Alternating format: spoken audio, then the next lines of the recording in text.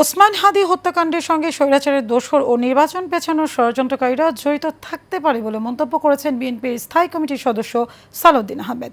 সকালে গুলশানে বিএনপির চেয়ারপারসনের কার্যালয়ে বিএনপি মনোনীত প্রার্থীদের সাথে ধারাবাহিক আলোচনার মাঝখানে একথা বলেন তিনি। তবে কোনো ষড়যন্ত্রই নির্বাচনকে বাধাগ্রস্ত করতে পারবে না বলে জানান তিনি। কাউসার আহমেদের রিপোর্টে বিস্তারিত। বিএনপি মনোনীত প্রার্থীদের সাথে ধারাবাহিক আলোচনার তৃতীয় দিনে গুলশানে বিএনপি চেয়ারপারসনের কার্যালয়ের সামনে সাংবাদিকদের সঙ্গে কথা বলেন বিএনপি স্থায়ী কমিটির সদস্য সালাউদ্দিন আহমেদ। সবগুলো আপনারা 2-1 দিনের ভিতরে দেখতে পাবেন। সালাউদ্দিন বলেন, গণতন্ত্রের অগ্রযাত্রায় বাধাগ্রস্ত করার সব ষড়যন্ত্র বিফল হবে।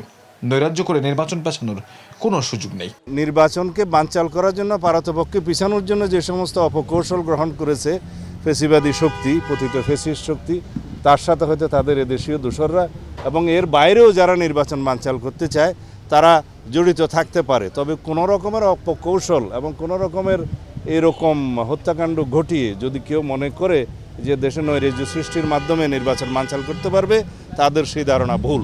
বিএনপির ভারপ্রাপ্ত চেয়ারম্যান তারেক রহমানের ফেরার দিনে ইতিহাস সৃষ্টি হবে বলে জানান সালাউদ্দিন আহমেদ।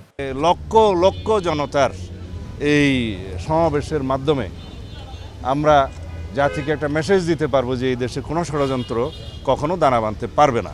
আমরা সবাই, আমাদের সামনে একটাই স্লোগান, সবার আগে বাংলাদেশ। কাউসার আহমেদ, এশিয়ান টেলিভিশন, ঢাকা।